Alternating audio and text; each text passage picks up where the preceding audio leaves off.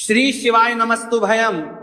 दोस्तों, आप सभी लोग जानते हैं कि 14 सितंबर 2025 यानी रविवार को पड़ रही है आश्विन माह की जीवित पुत्रिका व्रत यानी कि जीतिया का व्रत। तो आपको बता दूं, जीवित पुत्रिका यानी कि जीतिया का व्रत इस साल 2025 में हम रखेंगे 14 सितंबर को। ठीक है, दिन पड़ा है रविवार। रविवार के दिन हम व्रत रखेंगे और सोमवार के दिन हम पारण करेंगे। और दोस्तों, ये वह तिथि है जो आश्विन माह में पड़ने वाली सबसे बड़ी तिथि है, क्योंकि ये रविवार के दिन पड़ने वाली है। रविवार को मित्र आश्विन माह के बड़ी तिथि है रविवार को पड़ रही है और इसका बहुत ही बड़ा और विशेष महत्व होता है। अगर कभी भी मौका लग जाए और आश्विन माह की जीवित पुत्रिका व्रत को पड़ जाए तो आप लोगों को एक हरा नींबू वाला उपाय तो अवश्य ही करना चाहिए। इन दोनों का संयोग बहुत ही कम आता है। इसी के साथ में जी ने अपनी शिव पुराण कथा में बताया है कि इस दिन आपको एक एक हरा नींबू वाला उपाय तो आपको अवश्य ही करना चाहिए, क्योंकि ऐसा दिन पूरे साल में सिर्फ एक ही बार आता है। और दोस्तों, आप सभी लोग जानते हो कि रविवार का अगर सबसे बड़ा कोई उपाय है तो वहां एक हरा नींबू वाला उपाय। तो दोस्तों, आश्विन माह की रविवार जीवित पुत्रिका व्रत के दिन आप लोगों को इस एक हरा नींबू वाला उपाय को जरूर करना है। बहुत सारे लोग होंगे जिन लोगों ने इस उपाय को ना किया हो, मतलब पूरा साल निकल गया, उन्होंने किसी भी दिन इसे हरा नींबू वाला उपाय को ना किया हो। पर दोस्तों, आपके पास एक आखिरी मौका बचा हुआ है जो कि 14 सितंबर 2025 आश्विन माह की रविवार जीवित पुत्रिका व्रत के दिन है। इस दिन आप लोगों को इस वाले उपाय जीवित पुत्रिका व्रत के दिन है को जरूर कर लेना। भले ही आपने पूरे महीने भर इस उपाय को ना किया हो, पर अगर आपने इस आश्विन माह के रविवार जीवित पुत्रिका व्रत के दिन अगर इस वाले उपाय को कर लिया तो आपको इस उपाय को करने का वह फल मिलेगा जिसकी आपने कभी कल्पना भी नहीं करी होगी। इसीलिए आप लोग इस वाले उपाय को एक बार जरूर कर लेना है, ताकि आप लोगों के हाथ से ये मौका ना जा सके और आपको इस उपाय को करने का फल मिल सके। दोस्तों, ये उपाय पंडित जी ने अपनी अभी की ही श्री शिव महापुराण की कथा में बताया है जी। इस उपाय को आज हम आपको बहुत अच्छे से समझाने वाले हैं। इस वीडियो को देखने के बाद इस उपाय को समझने के लिए आपको कोई और वीडियो को देखने की जरूरत नहीं पड़ेगी। तो चलिए दोस्तों, उपाय को शुरू में करते हैं। देखिए, ये इस आश्विन माह के रविवार के दिन ये इतना खास होता है, इतना महत्वपूर्ण होता है। देखा गया है कभी कभी बड़े बड़े पूजा पाठ अनुष्ठान से जो मनोकामना पूर्ण नहीं होते, वह आश्विन माह की रविवार के दिन एक छोटे से उपाय करने से ही आपकी मनोकामना पूर्ण हो जाती है। और बहुत सारे लोगों ने इस उपाय को किया भी है और उनको इस उपाय को करने का फल भी जरूर मिला है। अगर आप लोग भी इस उपाय को करना चाहते हैं तो आप इस उपाय को पहले अच्छे से समझ लेना, सुन लेना, उसके बाद करना। आपको इस उपाय का फल जरूर मिलेगा।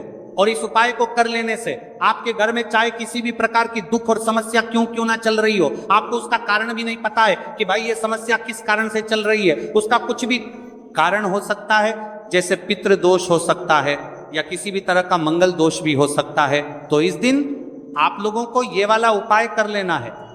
ये एक ऐसा उपाय है जिस उपाय को अगर किसी विशेष दिन पर किया जाए तो भाई उस विशेष दिन का जो है वह तो हमें मिलता ही मिलता है। पर हमने उस दिन पर इस उपाय को किया है तो हमें उससे भी बड़ा फल मिलता है, और फल बहुत जल्दी मिलता है, क्योंकि आप इस उपाय को बहुत ही बड़े और विशेष दिन पर कर रहे हो।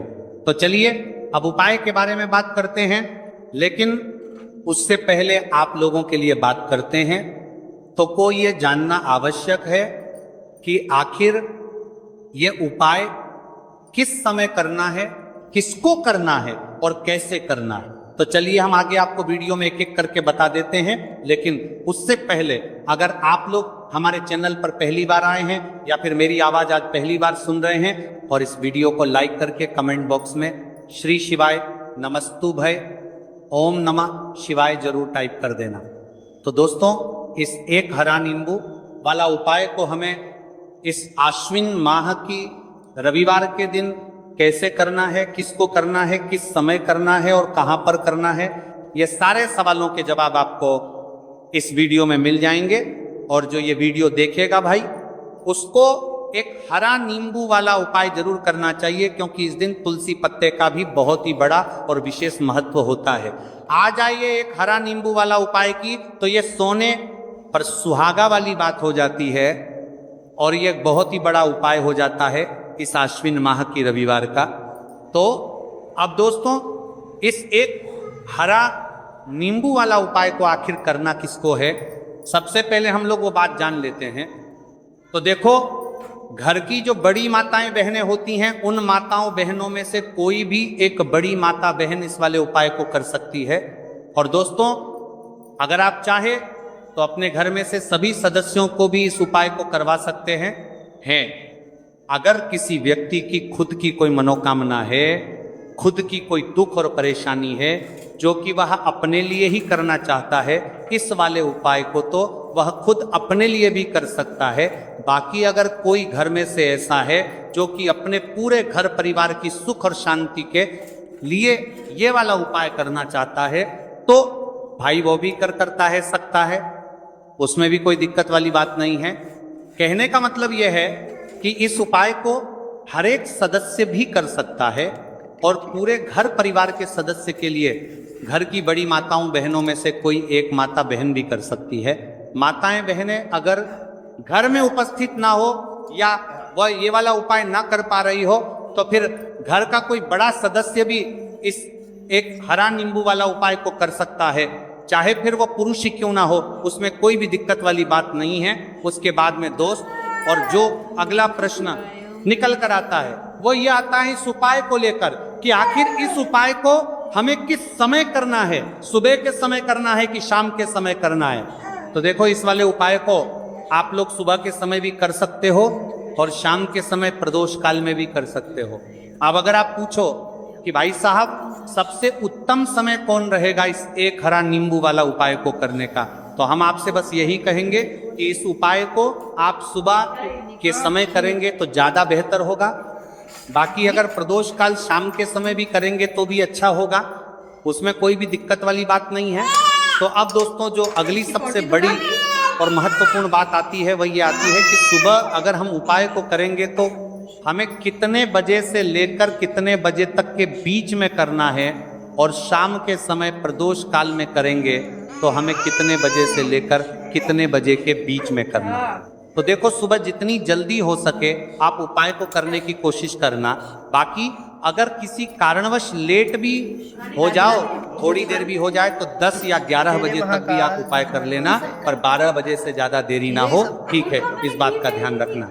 उसके बाद में दोस्तों, अगर शाम के समय प्रदोष काल की बात करें, प्रदोष काल का जो समय है होता है वह शाम के 6 बजे से शुरू हो जाता है। मतलब शाम के 6 बजे से लेकर 7 बजे के बीच का जो समय होता है, ये समय प्रदोष काल का समय होता है। तो आप इस उपाय को 7 या 8 बजे के बीच में भी कर सकते हो। मतलब शाम के 6 बजे से रात 8 बजे के बीच में आप कभी भी इस वाले उपाय को कर सकते हो, उसमें कोई भी दिक्कत वाली बात नहीं। तो देखो दोस्तों, सबसे पहला उपाय देखिए आपको क्या करना है। तो एक हरे नींबू से आप अपने जीवन से 1000 क्या लाख क्या करोड़ों शत्रुओं का भी सफाया कर सकते हैं, और कभी भी आपके शत्रु आपके दुश्मन आपको पलट कर देखें यह भी नहीं। अगर आपने एक हरे नींबू से छोटा सा उपाय कर लिया, तो जो लोग अपने जीवन में शत्रुओं से दुश्मनों से बहुत परेशान हो चुके हैं, या जिन लोगों के ऊपर शत्रु बहुत कुछ किया कराया करवा रहे हैं, तो ऐसा समझ लीजिए कि जो भी बंधनवार क्रियाएं आपके जो भी पृथ्वी पर छंदा करती है, ऐसे आपके जो भी बंधनवार क्रियाएं, वो जो भी बंधनवार शत्रु ने करवा रखी होंगी, आपके दुश्मन ने करवा रखी होंगी, किसी भी तरह से अगर आपके दुश्मन आपको नुकसान करना चाहते हैं, आपको हानि पहुंचाना चाहते हैं, या किसी भी तरह से आपको परेशान कर रहे हैं, कोई भी दुख कोई कष्ट आपको दे रहे हैं, किसी भी आपकी संपत्ति पर, आपके व्यापार पर, आपकी दुकान पर उनकी बुरी नज़र है, कुछ हड़पने की कोशिश कर रहे हैं, तो समझ लीजिए कि एक हरा नींबू लेकर बहुत छोटा सा उपाय आप करेंगे, और जो शत्रु आपको अपनी ताकत दिखा रहे हैं, आज आपको परेशान कर रहे हैं, उन शत्रुओं की सारी अकड़ निकल जाएगी। एक हरे नींबू के उपाय को अगर आप सही तरीके से कर लेते हैं तो देखिए उपाय पूरा समझिए, सही से समझ के उपाय करेंगे तो 101% ये उपाय काम करता है। और जो भी आपके दुश्मन हैं या जो भी आपके शत्रु हैं उनका सफाया पूरी तरह से हो जाता है। तो इस उपाय को आप किसी भी दिन कर सकते हैं। दूसरी चीज, स्त्री पुरुष कोई भी इस उपाय को कर सकता है। ऐसा उपाय आज की वीडियो में लाए हैं जिसमें आपके कोई पैसे खर्च नहीं होने वाले। सिर्फ आपको एक नींबू से उपाय करना है। अब ये हरा नींबू ही है जो आपके जीवन से शत्रुओं का पूरी तरह सफाया कर देगा और कभी भी दुश्मन और शत्रु आपको परेशान नहीं कर पाएंगे। चाहे शत्रु और दुश्मन कितने भी पावरफुल हो, कितने भी ताकतवर क्यों ना हो, फिर भी आपका बाल बांका नहीं कर सकते। मतलब कितनी भी कोशिश कर ले लेकिन फिर भी आपका कुछ नहीं बिगाड़ पाएंगे। तो चलिए बात कर लेते हैं उपाय की। उपाय किस तरह से आपको करना है तो देखिए, सबसे पहले तो आपको इसमें एक हरा नींबू लेना है, ठीक है ना। अब ये उपाय गुप्त शत्रुओं के लिए भी है और उस दुश्मन के लिए भी है जो सामने से आप पर वार कर रहा है, आपको किसी भी तरह की धमकी दे रहा है, कोई नुकसान आपका कर रहा है, वह शत्रु भी परास्त हो जाएगा।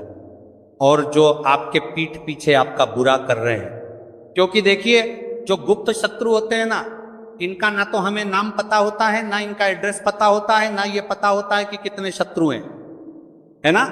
क्योंकि ये तो गुप्त तरीके से शत्रुता करते हैं और गुप्त शत्रु के बारे में किसी को कुछ पता नहीं चल पाता है। बहुत कम लोग होते हैं, जान जाते हैं कि हाँ किसी ने कुछ करवा रखा है, फिर भी ये नहीं जान पाते कि कौन व्यक्ति है जो ऐसा करवा रहा है ना। ये बहुत मुश्किल है पता करना। लेकिन अगर आपको आपके दुश्मन का नाम नहीं पता, आपका दुश्मन कहाँ रहता है ये भी नहीं पता, कौन आपसे शत्रुता कर रहा है ये भी नहीं पता, फिर भी ये उपाय आप करिए। क्योंकि जो दुश्मन है, जो शत्रु है, इस उपाय को करने से आप देखेंगे कि वह तुरंत आपके जीवन से दूर हो जाएगा और उसका किया कराया भी दूर हो जाएगा। जो भी आपके ऊपर करवा रखा होगा, आपके व्यापार पर करवा रखा होगा, क्योंकि बहुत सारी उच्चाटन और बंधन बार की क्रियाएं हैं जो लोग करवा देते हैं। बहुत सारे तांत्रिकों के पास जाकर और भी बहुत सारी जगहों पर जाकर लोगों के साथ बहुत कुछ गलत करवाते हैं। लेकिन आप विश्वास मानिएगा, इस उपाय को करने से जितनी भी क्रियाएं हैं ऐसी वह सब कट जाती हैं। और इस उपाय को करने से घर बैठे आपके शत्रु जो हैं वो दूर हो जाते हैं। मतलब कहीं जाने की आपको आवश्यकता नहीं पड़ती है। तो चलिए बात कर लेते हैं उपाय की। देखिए, इसमें एक हरा नींबू आपको लेना है। नींबू बिल्कुल दाग दगीला ना हो। आपने देखा होगा कि कभी कभी नींबू के ऊपर छोटा छोटा दाग है ना आ जाता है, या नींबू थोड़ा सा खराब होता है। लेकिन आप कभी भी उपाय के लिए खराब नींबू ना लें, एकदम साफ सुथरा सा नींबू आपको लेना है। और एक पीला नींबू भी आता है, पीला नींबू बिल्कुल आपको इस उपाय में नहीं लेना है। लेना हरे रंग का ही नींबू है, ग्रीन कलर का। इसी के साथ आपको एक काले रंग का पेन लेना है, काले रंग का कलम आपको लेना है। कलम कोई सा भी आप ले सकते हैं, कोई भी पेन ले सकते हैं, स्केच ले सकते हैं, मार्कर ले सकते हैं, ठीक है ना। कोई भी पेन आप ले लीजिए। अब आपको क्या करना है, ये दोनों चीजें लेकर अपने घर में एकांत में बैठ जाना है। जहां इस उपाय को करते समय आपको कोई रोके टोके ना है, ना ऐसी जगह पर करेंगे। चाहे कमरा है आपके घर में ऐसा, या कोई भी गैलरी बरामदा, जहां इस उपाय को आप करें और आपको कोई रोके टटोके ना। भले ही उपाय के बारे में सबको पता है, आपके घर में फिर भी उस समय कोई आपको डिस्टर्ब ना करे, है ना। इस तरीके से आपको उपाय करना है। तो देखिए, सबसे पहले नींबू आपने क्या करना है, नींबू पकड़ना है हाथ में और काले रंग के पेन से इस नींबू के ऊपर अपने दुश्मन का, अपने शत्रु का नाम लिख देना है। अब बहुत सारे लोग कहेंगे कि हमें तो ऐसे ऐसे शत्रु हैं हमारे जीवन में जो गुप्त हैं, जिनको हम जानते भी नहीं, उनका नाम कैसे लिखेंगे। तो देखिए, अगर शत्रु का नाम नहीं जानते, ये भी नहीं जानते कि कितने शत्रु हैं, तो केवल आप उस नींबू पर शत्रु लिख दे।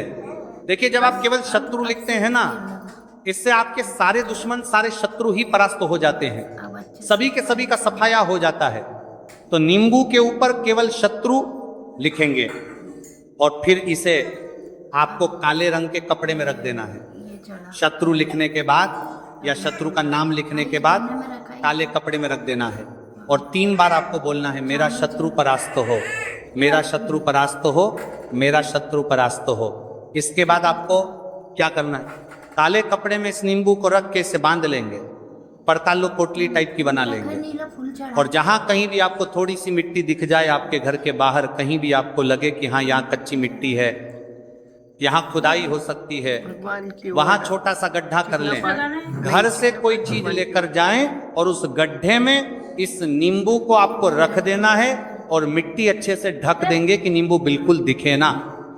ये उपाय शाम के समय का है, मतलब जब सूरज छिप जाता है उसके बाद कभी भी आपको ये उपाय करना है। सूरज की रोशनी में ये उपाय आपको नहीं करना है, ये उपाय करिए।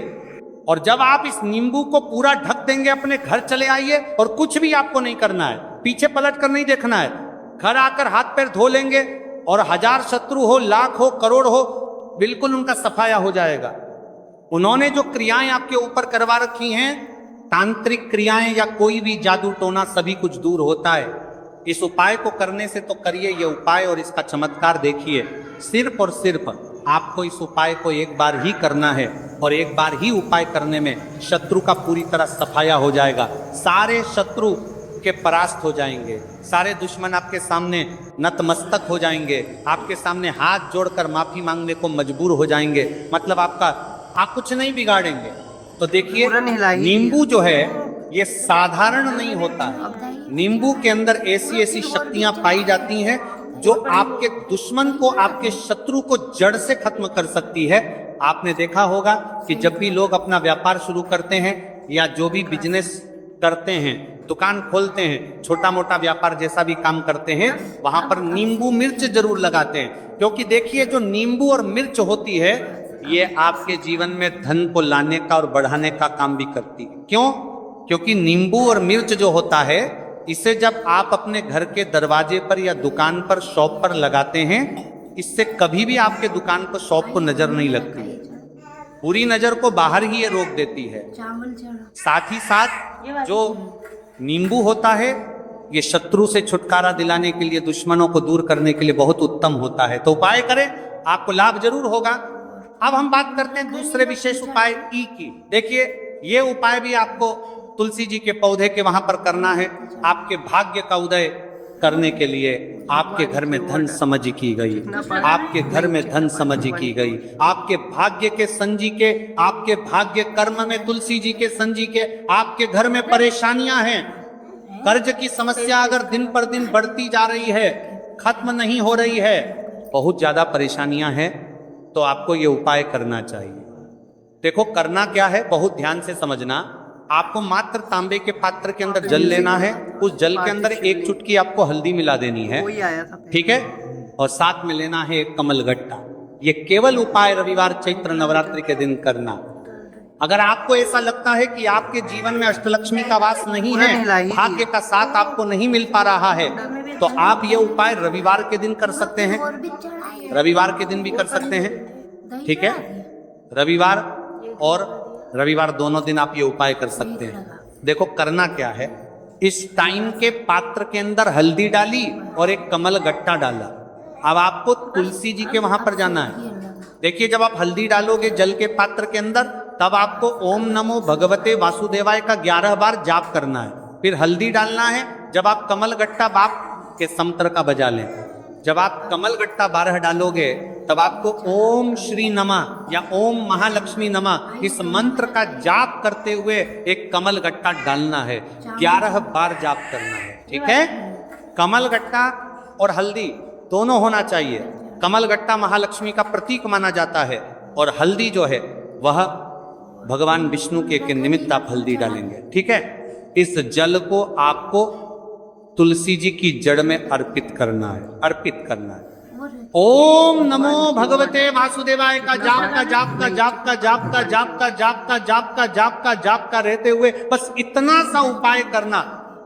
धन संबंधित को कोई भी परेशानियां है वह सब दूर हो, ऐसी आपको प्रार्थना करनी। कर्ज से जुड़ी कोई परेशानी हो तो ऐसी प्रार्थना करनी है कि ये दूर हो जाए। ऐसी कामना करते हुए ये दूसरा प्यारा सा उपाय आपको करना है। तो देखो ये हो गया दूसरा उपाय, जो कि आप सुबह से लेकर के शाम तक कर सकते हैं, रविवार या रविवार के दिन सिर्फ एक बार ही करना है। अब जो कमल गट्टे है, कमल गट्टे को आपको वहीं पर तुलसी जी के वहां पर रखे रहने देना है, आपको उठाना नहीं है। चाहे तो आप तुलसी जी की वहीं पर गांठ दें, ठीक है, तो भी चलेगा। तो इस प्रकार से आपको ये सुंदर सा उपाय करना है। अब हम बात करते हैं तीसरे उपाय की। ध्यान रखना, ये जो दूसरा उपाय है ये आपको आपके घर में ही करना है, बाहर कहीं पर भी मत कर करके आना, ठीक है। घर में अगर तुलसी जी हो तो ही आप ये उपाय कर सकते हैं। अब हम बात करते हैं तीसरे विशेष उपाय। देखो, भाग्य का साथ आपको मिले तब, और गुरु बृहस्पति को मजबूत करना बहुत जरूरी होता है। इसीलिए पूज्य गुरुदेव ने एक बहुत ही सुंदर सा उपाय बताया था, जो कि है पीले चावल का। थोड़े से अक्षत लेना, चावल लेना। अगर आपको ऐसा लगता है ना कि आपको किसी भी चीज में सफलता नहीं मिल पा रही है, किस्मत का साथ आपको नहीं मिल पा रहा है, तो पीले चावल लेना। पीले चावल कैसे करोगे? 11 चावल लेना साबुत, उसके अंदर जो पीला चंदन है वो आपको मिला देना है, और चावल को पीला रंग कर देना है, ठीक है। साथ में लेना है एक बेलपत्र, और साथ में लेना है तांबे के पात्र के अंदर जल, ठीक है। ये तीनों सामग्री लेकर के रविवार जीवित पुत्रिका व्रत के दिन सुबह से लेकर के रात्रि तक, जब आपकी इच्छा हो तब आप ये उपाय कर सकते हैं। अब आपको क्या करना है? भगवान शिव के मंदिर में जाएंगे, जो एक बेलपत्र है वह माता अशोक सुंदरी वाले स्थान पर आपको अर्पित करना है।